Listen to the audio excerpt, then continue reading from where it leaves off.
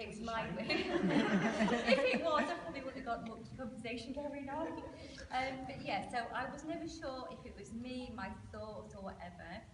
So to start with, I would say to people, I don't want to know anything about you or your horse. I would sometimes go in there with my eyes shut, so I'm not getting swayed by what I see. But later, that's part of communication. So I stopped doing that, and plus it's dangerous when you're with horse. If you've got your eyes shut, and you're trying to do this.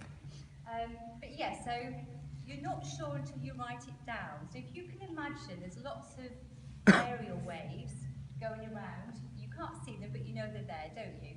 And it's like tuning into a radio station.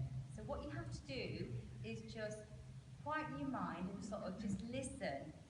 And then if you think, oh, okay, I'll just say that. And as soon as you sort of say it to a person and they go, oh yeah, I know what that is, it's like, I'm tuning in now.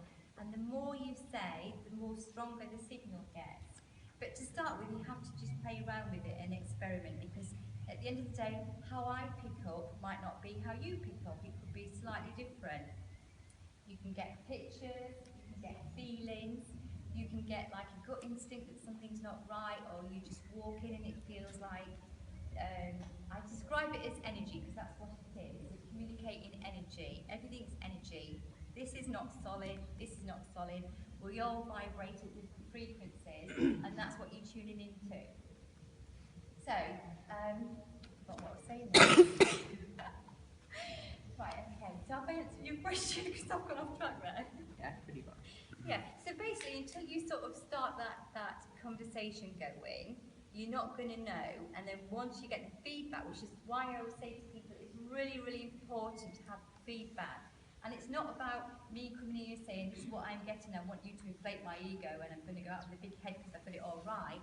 But I need to know I'm on the right track, because they don't communicate the way we do. We're having a conversation.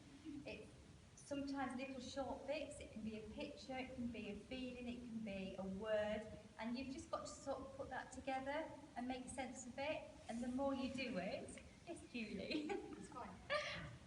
That sounds, it's so interesting that you have the ability to do that, and it would be really nice to see what happens. But do you find that some horses communicate really loudly and boldly to you, whereas others are more quiet and you have to work harder to get in? Oh, God, yeah. I mean, the way I communicated when I first started going out to practice, I would be literally, once you connect with an animal, then that's it. You don't have to be with the animal to connect. You can be doing anything. And because I've made a promise to the universe, this is how I say it, that I will always be open to receiving messages for any animal, any horse, that I'm able to pass on a message to.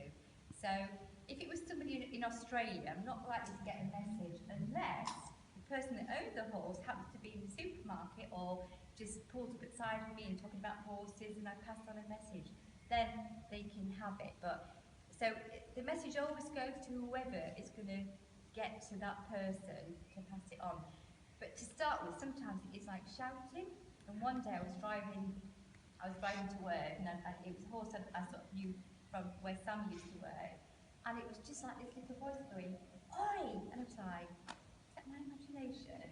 And I pulled over, and it was like, instead of use, I can still do things. And it was a little retired pony that didn't have a rider anymore, and just, was retired. But he wanted to say, "No, I'm still fit."